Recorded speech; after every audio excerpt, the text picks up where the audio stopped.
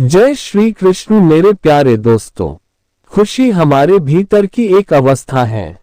भौतिक दुनिया का इससे कोई संबंध नहीं है। अपना दिल अपने काम पर लगाओ, इसके इनाम या परिणाम पर कभी नहीं। हम तब तक नहीं हारते जब तक हम कृष्ण को नहीं छोड़ते। जब कभी इस लोक में अधर्म की महिमा पनपने लगती है और धर्म का विनाश होता है, तो मैं अपने आप ही निकल आता हूँ। डरो मत, जो वास्तविक नहीं है वह न कभी था और न कभी होगा। जो सच है वह हमेशा से था और कभी नष्ट नहीं किया जा सकता। मनुष्य अपने विश्वास से निर्मित होता है। जैसा वह मानता है ऐसा ही वह बन जाता है। आत्मनियंत्रित आत्मा जो आसक्ति या विकर्षण से मुक्त होकर विषयों के बीच चलती है, वह शाश्वत शांति प्राप्त करती है। जिन्होंने अपने आप पर विजय प्राप्त कर ली है, उनके लिए इच्छा एक मित्र है, लेकिन जिन्होंने खुद के अंदर खुद को नहीं पाया, उनके लिए इच्छा सबसे बड़ा शत्रु है।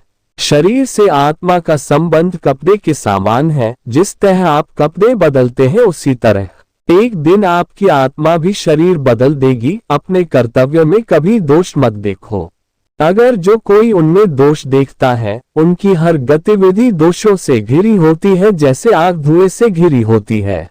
किसी और के जीवन की नकल को पूर्णता के साथ जीने की तुलना में अपने भाग्य को अपूर्ण रूप से जीना बेहतर है। प्रत्येक व्यक्ति में ईश्वर का निवास है, कोई उससे अछूता नहीं है। उपहार शुद्ध होता है जब इसे सही समय और सही जगह पर दिल से सही व्यक्ति को दिया जाता है, और हम बदले में कुछ भी उम्मीद नहीं करते हैं। अपनी इच्छा की शक्ति से अपने आप को नया आकार दें। अपने आप को कभी भी स्व इच्छा से नीचा न होने दें। इच्छा ही आत्मा की एकमात्र मित्र है और इच्छा ही स्वयं की एकमात्र शत्रु है। दिव्य प्रेम तब होता है जब आप किसी से प्रेम करते हैं और बदले में कुछ भी उम्मीद नहीं पालते हैं। लोग मुझको प्राप्त कर सकते हैं। केवल प्रेम के माध्यम से श्री कृष्ण कहते हैं कि हमें अपने कर्मों को कड़ी लगन, श्रद्धा और सच्ची भक्ति से करना चाहिए और संबंधित परिणाम या फल की अपेक्षा किए बिना इसको भाग्य पर छोड़ दें। अगर आपकी नीयत अच्छी है तो आपको सफलता पाने से कोई नहीं रोक सकता। अगर परम सत्य जानने की इच्छा रखते हो तो इस नश्वर शरीर के बारे में सोचना छोड़ दो। इस आत्मा के बिना इस शरीर का कोई अस्तित्व नहीं है। तू करता वही है जो तू चाहता है, फिर होता वही है जो मैं चाहता हूँ। तू वही कर जो मैं चाहता हूँ, फिर होगा वही जो तू चाहता है। कर्म का फल व्यक्ति को उसी प्रकार ढूंढ लेता है जिस प्रकार सैकड़ों गायों में कोई बच्चा अपनी माँ को ढूंढ लेता है। तुमको तुम्हारे द्वारा किए गए कर्म का फल भोगना ही पड़ता है। तुम परिणामों से भाग नहीं सकते, परिणाम की उपेक्षा नहीं कर सकते और अपने उन कार्यों को पूर्ववत नहीं कर सकते जिनके कारण वे उत्पन्न हुए। तुम केवल इतना कर सकते हो कि इनको सीखकर आगे के कर्मों को सुधार सकते हो। आत्मा न जन्म लेती है न मरती है, न ही इसे जलाया जा सकता है, न ही पानी से गीला किया जा सकता है।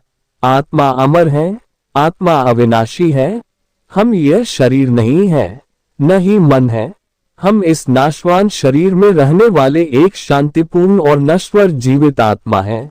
जीवन न तो भविष्य में है न अतीत में है, जीवन तो बस इस पल में है। अपने जीवन के हर पल को जियो। अतीत के विषयों को सोचकर इस जीवन को बर्बाद मत करो। अतीत को न तो बदला जा सकता है न ही दोहराया जा सकता है। जैसे तेज हवा पानी पर नाव को बहा ले जाती है, वैसे ही घूमने वाली इंद्रियों में से एक भी जिस पर मन केंद्रित होता है, वह मनुष्य की बुद्धि को दूर ले जा सकती है। आपको अपना निर्धारित कर्तव्य करने का अधिकार है, लेकिन आप कर्म के फल के हकदार नहीं हैं। अपने कार्यों के परिणामों का कारण स्वयं को कभी न समझें और कभी भी अपने कर्तव्य को न करने के प्रति आसक्त न हो। अनुकूल परिणाम की आशा में किया गया प्रत्येक कार्य व्यर्थ है। जीवन के लिए श्री कृष्ण उद्धरण हमें कर्म पर ध्यान केंद्रित करने और आराम करने के लिए प्रेरित करते हैं। आप जिस चीज के लायक हैं वह आपके रास्ते में आएगी। चाहे आप इसे चाहते हो या नहीं। तुम्हारी पीड़ा के लिए मेरे पास एक उद्देश्य है, तुम्हारे संघर्ष का एक कारण है और तुम्हारी सच्चाई का प्रतिफल है। मेरा विश्वास करो और हार मत मानो। बिना शर्त प्यार करना, बिना इरादे के बात करना,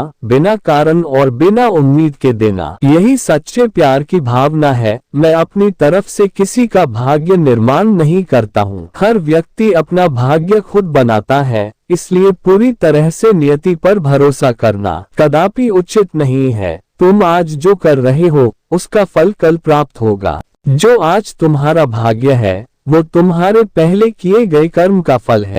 ऐसा कोई व्यक्तित्व नहीं होता है जो किसी को योग्य बनाती है।